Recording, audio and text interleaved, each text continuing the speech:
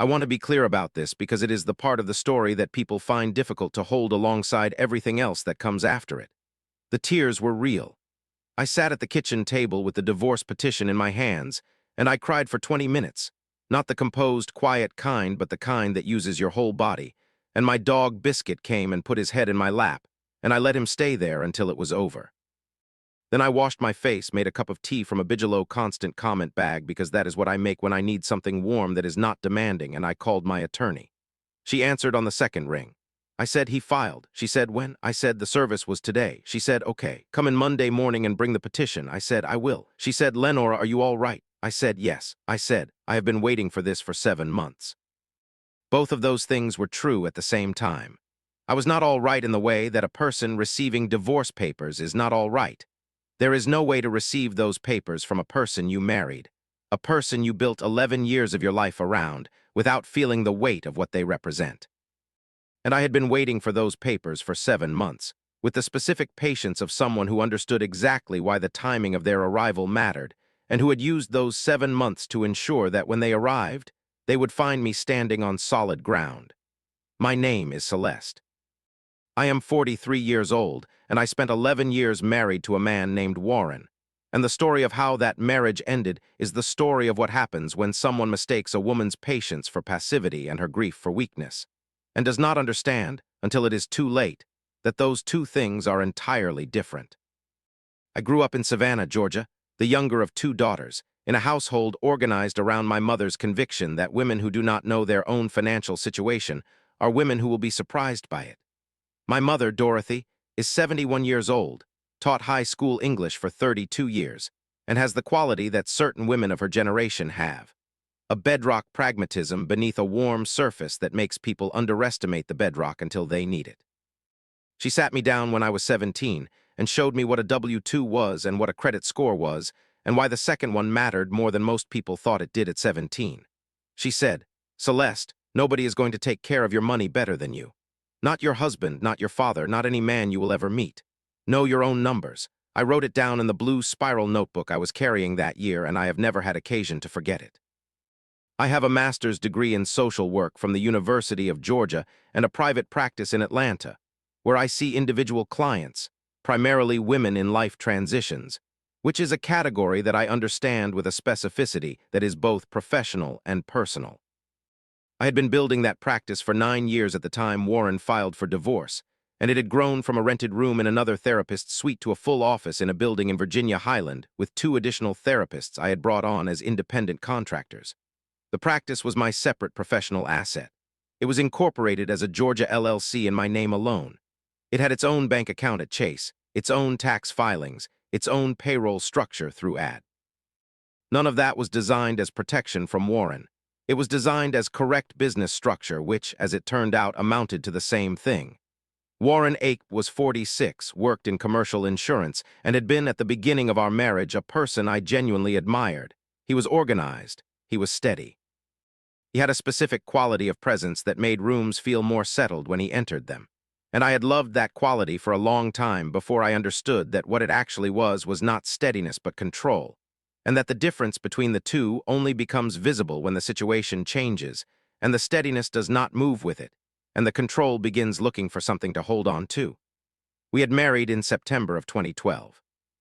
We did not have children, a choice we had made together and then separately, which is its own story, and we had built a life organized around 2 incomes and a shared house in Decatur that we had purchased in 2015, and into which we had put significant equity by the time everything I am about to describe began to develop.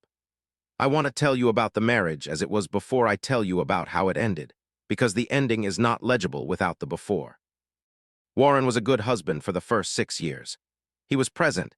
He was communicative in the particular way that men who have worked on themselves can be communicative, and he participated in the domestic life of our household in ways that I knew, from the experiences of the women I worked with professionally, were not universal. He did the grocery shopping on Saturdays with a handwritten list he made from the meal plan we built together on Sunday evenings. He handled the household's financial systems, the mortgage, the utilities, the joint investment account at Vanguard, with the precision he brought to his professional life. He was good at systems, and I appreciated systems, and that shared sensibility had held us together through a number of the ordinary frictions that hold marriages or don't. I want to describe those first 6 years with some specificity, because the story of how something ends is not legible without the story of what it was before it ended, and because I have spent enough time in my professional life hearing women reduce their marriages to their worst moments that I want to resist that pattern in my own telling. We had a good life. We had Sunday evenings in the kitchen building the meal plan, which sounds like a small and functional thing, and which was, in practice, one of the rituals that made the week feel organized and shared. We had a standing date on the last Saturday of each month at a restaurant in Decatur that we had found early in the marriage and never stopped returning to, a small Italian place on Ponce de Leon Avenue called Bella Roma, where we always ordered the same things, and where the owner, a man named Aldo who was 72, and had been at that location for 31 years, greeted Warren by name and me as Mrs. Ake in the specific formal warmth of a European man of a certain generation. We had the Vanguard account that we had opened together in 2014 and contributed to steadily, and a shared savings account at SunTrust that we used for the house, and a comfortable sense that we were building something together that was going in the right direction. Warren read physical books, which I found endearing and still do.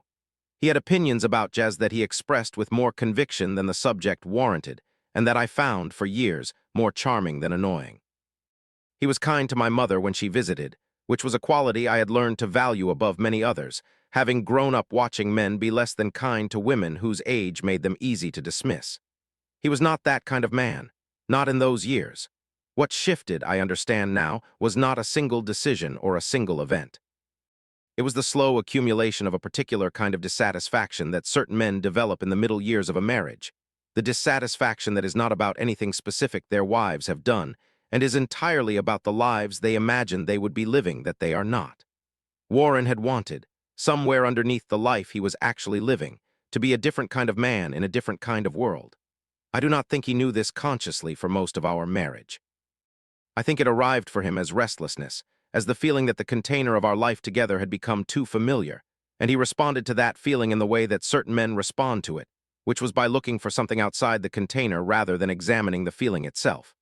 I noticed the change the way you notice the light shifting in a room, gradually, at the edge of attention, and then suddenly obvious. The Sunday evenings at the kitchen table became shorter and less collaborative. The last Saturday restaurant became something we went to out of habit rather than intention. He started keeping his phone closer. Not dramatically, not in the paranoid way of a man who has just started something and is afraid of being caught, in the seasoned way of a man who has been managing his phone with care for long enough that the management has become natural. The change was not a single event. It never is. What I can tell you is that by 2019, 7 years into the marriage, Warren had begun a slow withdrawal from the shared life we had built, not dramatically, not in the way that would have been easy to name and address, but in the incremental way that a tide retreats. You don't notice it happening until you look up and realize you are standing much further from the water than you were an hour ago. He was less present at home. He was more frequently traveling for work, or said to be traveling for work, and I had learned over the preceding year not to ask too carefully about the texture of those trips, because the texture I would find if I looked carefully was not the texture I wanted to find in my marriage. I will be direct about this because the story requires it. I had been aware, since the early months of 2020, that Warren was involved with someone. I did not have irrefutable evidence in the legal sense, but I had the kind of accumulating evidence that a trained therapist with 20 years of practice, who works primarily with women navigating exactly this kind of situation, understands how to read. The late returns from trips that should have been shorter. The phone carried face down, plugged in across the room rather than on the nightstand where it had always been. The subtle recalibration of his relationship to our shared financial life. Not dramatic, not the sudden hiding of accounts, but the incremental movement of small decisions away from joint and toward individual that a person makes when they are beginning, in their own mind, to no longer be quite as married as they appear. I watched this without naming it to Warren because I needed to understand the full picture before I spoke, and because I had learned from years of professional work that speaking before you understand the full picture produces negotiations rather than clarity, and I wanted clarity. There were specific things I noticed and documented for myself, not in a formal system, but in the yellow legal pad I kept in my home office desk drawer, dated entries, written in the plain language of someone taking professional notes on a situation they are observing carefully. There was the business trip to Charlotte in November of 2019 that was scheduled for 2 days and extended to 4 with a text message on the second evening that said the client meetings had run over, which was a plausible explanation and which I accepted at face value, and which I noted because it was the third time in 8 months that a business trip had extended beyond its original schedule. There was the charge on the joint visa in February of 2020 at a hotel restaurant in Atlanta on a Tuesday evening, charged while Warren was supposedly at a client dinner, which he was, as he told me when I asked about it, but at a different restaurant, and the charge at the hotel was, he said, for a drink with a colleague afterward. I noted the discrepancy. I did not make it a confrontation. There was the Vanguard account. In March of 2020, Warren changed the online account password without telling me. I discovered this when I went to log in to check the quarterly statement and found that my password no longer worked. When I asked him, he said he had updated it for security reasons and gave me the new password without hesitation, which is the behavior of someone who is not yet hiding the account, but is beginning to think about what it would look like to be managing it alone. I noted this as well. I kept notes not because I intended to use them as evidence immediately.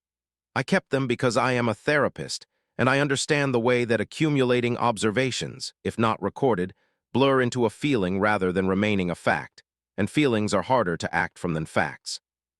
When I sat down with Adiz for the first time in March of 2020, I had 4 months of dated observations in that legal pad, and what Adiz said after I described them was, "You have been doing my job for me." I said, "I do this professionally." She said, "I know, that is why this is going to go well." I called my attorney for the first time in March of 2020.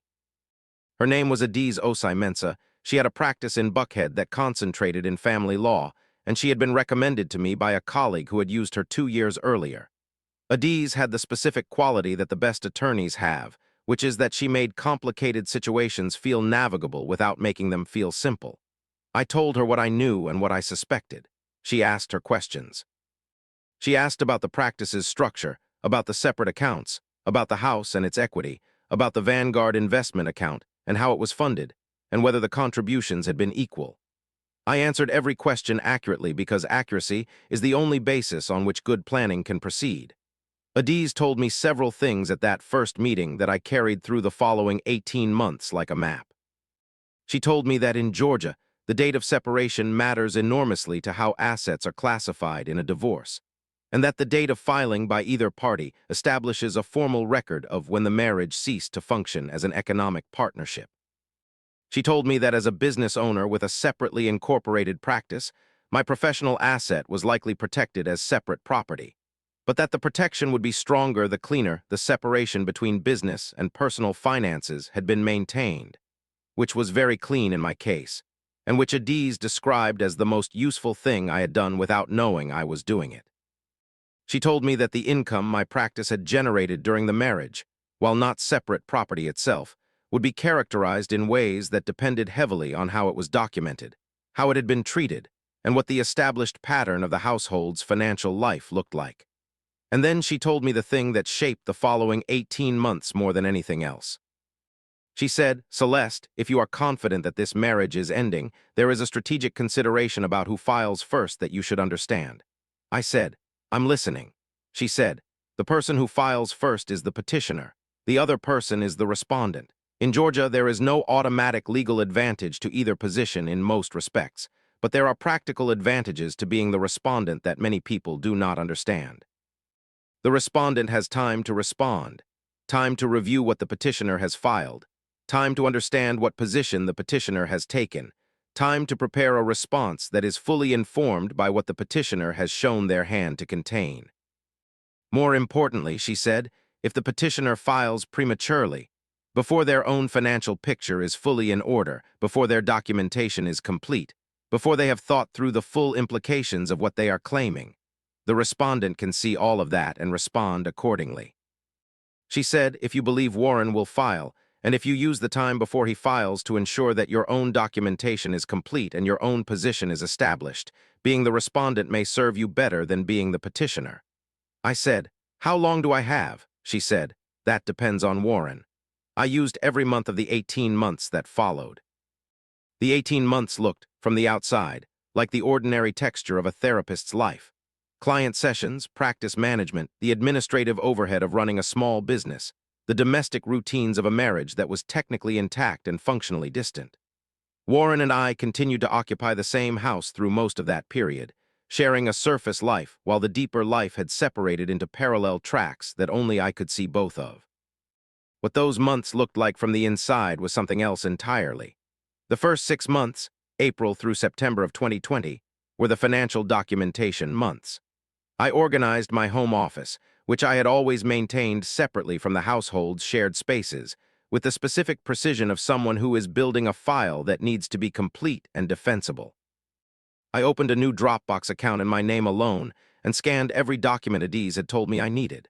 The practice's tax returns for 2017 through 2019, the business bank statements at Chase for the same period, the ad payroll records showing my compensation structure, the appraisal of the practice that came back in September, and that I read in my office with the door closed on a Thursday evening, and that I placed in Adiz's digital folder before I left for the night. I also built a spreadsheet in Google Sheets in a personal account that was mine alone, tracking the household's major financial patterns from 2012 through the present. Mortgage payments, whose account each came from and what period. Utilities, the Vanguard contributions by year and by party. The joint savings deposits and withdrawals categorized. Any significant personal expenditure over $500 categorized and dated. It took me 3 evenings to build and about 20 minutes a week to maintain. By the fall of 2020, I had an 8-year financial history of my marriage organized in a format that Adiz paralegal described, when she first saw it, as the most useful client document she had received in her 8 years in family law. The second 6 months, October 2020 through March 2021, were the clarity months. I had the documentation. What I was doing in those months was the internal work of understanding what I actually wanted from what came next. This sounds like it should be obvious, but it is not. When you have been inside a marriage for 9 years, even a marriage that is ending, the question of what you want independent of it requires excavation. I worked through it in my own therapy sessions, which I had been attending weekly with a therapist named Dr. Priya Sharma, whose office was in Buckhead, and who had the quality that the best therapists have of asking the question that is actually the question rather than the one that is easier to answer. I worked through it in the yellow legal pad. I worked through it on the long runs I started taking on the Beltline Trail in those months, 3 mornings a week, early enough that the trail was mostly mine.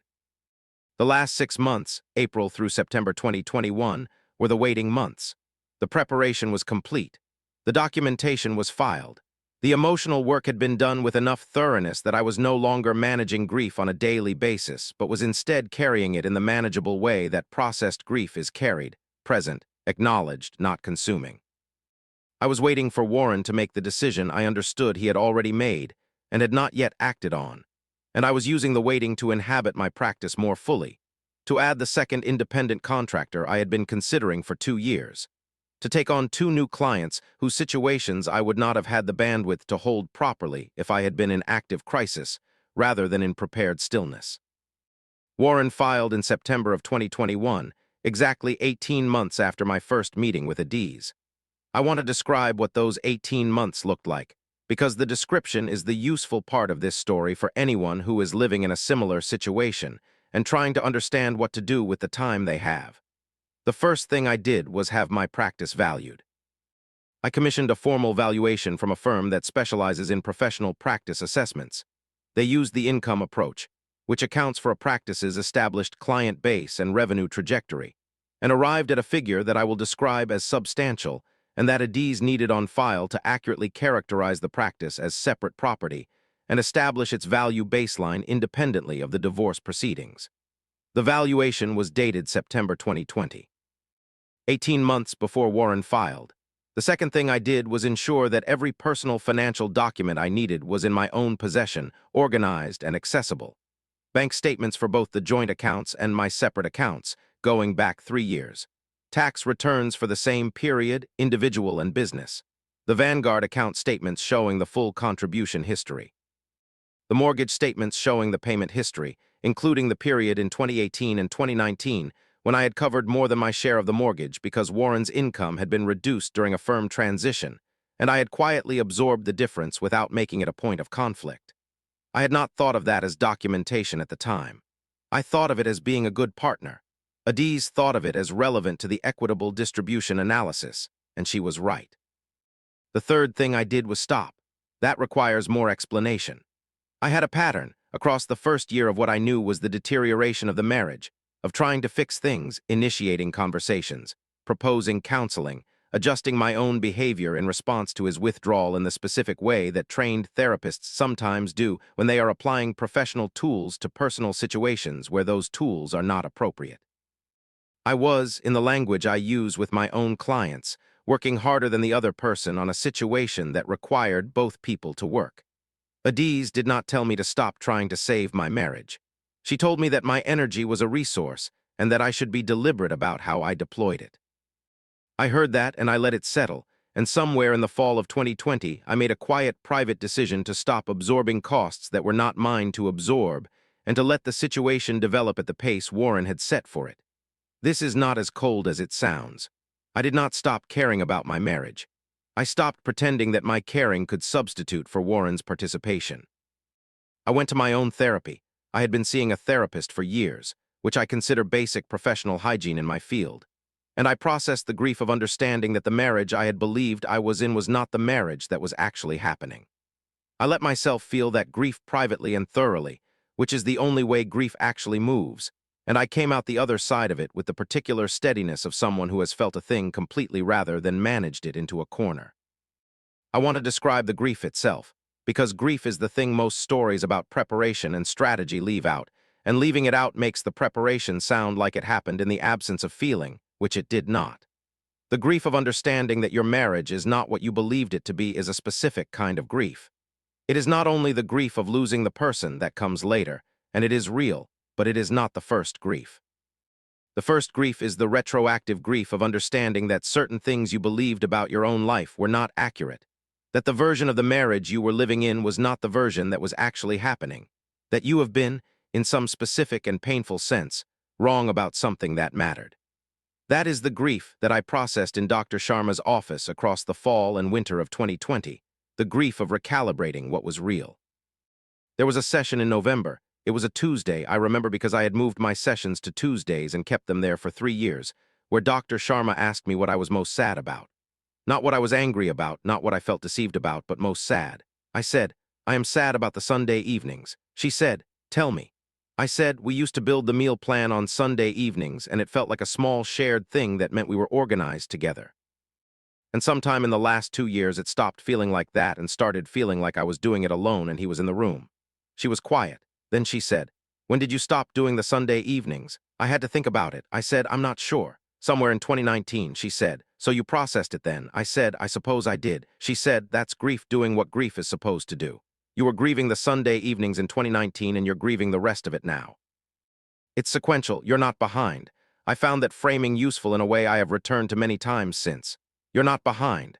The grief is sequential and it is doing what it is supposed to do, and the only thing you can do with it is let it proceed at its own pace rather than managing it into a smaller space to create the appearance of being fine. I let it proceed. I did not perform being fine. And somewhere in the early months of 2021, without a particular moment I could identify, I realized that I was not performing being fine anymore. I simply was fine, in the specific sense of having processed enough of the grief that it had resolved from a weather condition into a landscape feature, still present, still visible, no longer governing. Biscuit helped with this.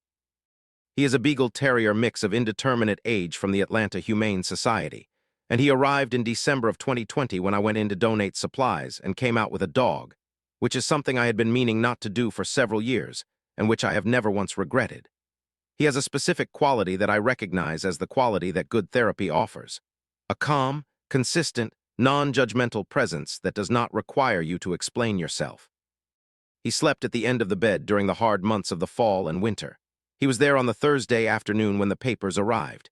He was there on the Sunday mornings when I ran the Beltline Trail and came home and sat at the kitchen table and wrote in the legal pad. He is here now. By the spring of 2021, I was financially prepared, emotionally clear, and professionally positioned. The practice was documented, valued, and structured. The mortgage contribution history was in a folder in my home office. The Vanguard statements were organized by year in the same folder. My personal Chase account, which had never been commingled with any joint account, had statements going back to 2012. Adiz had a complete copy of everything. I had a redundant copy in a fireproof box. I was ready. Warren did not file in the spring of 2021. He did not file in the summer. He filed in September, the month of our 9th wedding anniversary, which I noted without finding it particularly symbolic, and without mentioning to anyone. The service reached me on a Thursday afternoon, and I sat at the kitchen table with Biscuit's head in my lap and cried for 20 minutes, and then I washed my face and called Adiz. I want to tell you about the proceedings, because what happened in them is the specific evidence of what 18 months of preparation produces when it is tested. Warren's petition characterized the marriage's assets in a way that was technically accurate and strategically selective. He had filed with documentation of the joint financial picture, but had not fully addressed the equity question, the contribution history, or the practice. His attorney was competent. Warren was not careless. What he was a person who had filed when he was ready rather than when I was ready, and by the time he was ready, I had been ready for 8 months. Adiz filed the response. It included the practice valuation, dated September 2020, establishing the baseline. It included the mortgage contribution documentation showing the 18 months in 2018 and 2019 when my income had carried a disproportionate share of the household's largest expense. It included the Vanguard account's full contribution history, which showed that my contributions during the years of the marriage's deterioration had increased while Warren's had decreased, which is a pattern that has implications for equitable distribution. It included a complete financial disclosure that left nothing undisclosed, which is both the ethical and the strategic approach. Strategic because a disclosure that matches and exceeds the other parties in completeness and organization establishes a tone for the proceeding that serves the respondent. I want to tell you what it felt like to sit in Adiz's office and watch the response take shape, because the feeling is part of the story and part of what I want you to understand about what preparation produces when it is tested. Adiz reviewed the practice valuation with me line by line. She asked questions about the methodology, about the assumptions underlying the income projections, about whether any of the practice's value could be argued to derive from contributions Warren had made, which it could not, as Warren had never been involved in the practice in any operational or financial sense, had never contributed capital, had never been named in any contract or agreement, and had received no income from it in any form. The practice was mine in the clearest possible terms, and the documentation said so unambiguously. She reviewed the mortgage contribution history with me and built the equitable distribution argument around the specific periods when my income had carried more than the proportional share. This is a detail that most people in my situation would not have been able to document precisely, because most people do not keep the kind of records I had kept across the marriage. I had kept them not for this purpose, but because I am the kind of person who keeps records, and Adiz translated that habit into a legal argument that was grounded in specific dates and specific amounts. She reviewed the Vanguard contribution history and identified the pattern I had described to her in our early meetings, that my contributions to the joint investment account had been consistent and growing through the period of the marriage's deterioration, while Warren's had been reducing. This pattern matters because equitable distribution in Georgia is not automatic 50-50. It is fair based on the circumstances, and the circumstances include who contributed what and when. The pattern was not dispositive on its own, but in combination with the other documentation, it told a story about who had been investing in the shared financial life during the years that Warren's investment had been directed elsewhere. When Adiz filed the response, she filed it with the specific confidence of someone who has complete information. The complete information was what I had spent 18 months assembling. The response was not aggressive. It was not punitive. It was precise, thorough, and fully evidenced, and it established from the first document Adiz filed that this respondent was prepared in a way the petitioner's side had not anticipated. Warren's attorney asked for additional time to review the practice valuation. The request told me everything I needed to know about how prepared his side had been for what Adiz filed. The proceedings took 8 months. They are complete now. I will not give you the specific financial outcomes because some of that is private and some of it is still being finalized in the technical sense. What I will tell you is that the practice is mine, not divided, not subject to offset, properly characterized as separate property. and that the house equity was divided in a manner that reflected the contribution history accurately, and that the Vanguard account was handled in a way that was fair. What I will tell you is that Adiz, when the settlement was reached, said to me, "You are the most prepared client I have had in 17 years of practice." I said, "I had 18 months. She said, "Most people waste them." I want to describe the day the settlement was signed because it was not the triumphant day that the summary makes it sound like, and the actual feeling of it is more useful to you than the summary. It was a Monday in May. Adiz's office, 10th floor, the window facing east. Warren was not there. Settlements in Georgia do not require the parties to be in the same room, and we were not in the same room, which was a choice both attorneys had agreed was appropriate given the circumstances. His attorney and Adiz exchanged documents. There was a period of review. There were 2 small revisions discussed by phone between the attorneys. And then there was a signature, and then there was another signature, and then Adiz put down her pen and looked at me and said what she said. I sat in that chair for a moment. Outside the window, the May morning in Atlanta was doing what May mornings in Atlanta do, which is to be warm and green and look like it has no knowledge of the winters it followed. I felt more than anything finished. Not victorious, finished. The way a long piece of work feels when it is complete, when you can set down what you were carrying and look at what it produced and recognize it as the thing you were trying to make. I had been carrying this for 2 years. 18 months of preparation and 8 months of proceedings, and the long, quiet years before that when the marriage was changing in ways I understood before I had language for understanding them. All of that was finished. I called my mother from the car. She answered on the 3rd ring from her kitchen in Savannah, and I told her it was done. She said, "How are you feeling?" I said, "Like myself." She said, "Good." She said, "Did you know your numbers?" I said, "I knew all of them." She said, "Then I never doubted you for a minute." I drove to the Virginia Highland office. I had a 2 o'clock client, a woman in the middle of a situation I recognized from many angles, and I sat with her for 50 minutes with the complete attention that the work requires. And when the session was over, I sat at my desk for a while and looked out the window at the Virginia Highland Street doing its Tuesday afternoon business. And I thought about the 17-year-old in Savannah with the blue spiral notebook, and the mother who knew that nobody was going to take care of her money better than she was. And I thought that the notebook and the mother had been right, and that everything that had happened since had been, in the most fundamental sense, what those 2 things had prepared me for. I want to tell you what I learned from this, in the specific and practical way that I think is actually useful rather than the general and inspirational way that makes people feel good and does not change their behavior. The first thing is about the tears, and I am starting here because I think it is the most important thing and the one most likely to be misunderstood. Grief and preparation are not opposites. You do not have to choose between feeling the loss of something and protecting yourself from it. I cried for 20 minutes on a Thursday afternoon because 11 years of my life was ending, and that is worth crying about. And I had also spent 18 months ensuring that the ending would not cost me more than it had to. Both things were fully true and fully coexistent. The culture around women and divorce tends to frame emotional response and strategic preparation as alternatives. You are either the woman who is devastated or the woman who had a plan, as though the same person cannot hold both. You can, you should. Grief without preparation is just loss. Preparation without grief is just efficiency. Both together is how you move through something real with your full self intact. The second thing is about the petitioner-respondent distinction, and I want to say this carefully because I am not giving legal advice, and every situation is different, and you should talk to a family law attorney in your state. What I can tell you is what Adiz told me, which is that the person who files first shows their hand first. The petition contains the petitioner's characterization of the assets, the petitioner's framing of the contested issues, the petitioner's documentation as of the filing date. The respondent sees all of that before they have to respond. If you have reason to believe that your marriage is heading toward dissolution, and if you have the time to prepare before the other party acts, the time to prepare is not wasted time.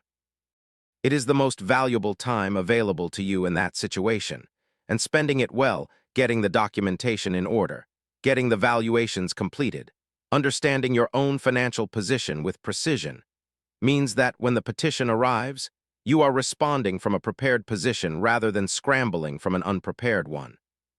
The third thing is about professional practices and how they are characterized in divorce proceedings, and I am addressing this specifically because I work with many women who own professional practices, therapy practices, consulting firms, small businesses of various kinds. and who do not always understand that the business they have built may be the most significant asset in the dissolution of their marriage, and that its characterization depends heavily on how it was structured and documented from the beginning. A professional practice incorporated separately, with its own accounts, its own tax filings, its own payroll structure, and a clear operational separation from the household's finances, is more readily characterized as separate property than one whose finances have been intermingled with the marital estate. This is not about hiding income or evading obligation. It is about maintaining the structural clarity that correct business formation requires regardless of your marital status.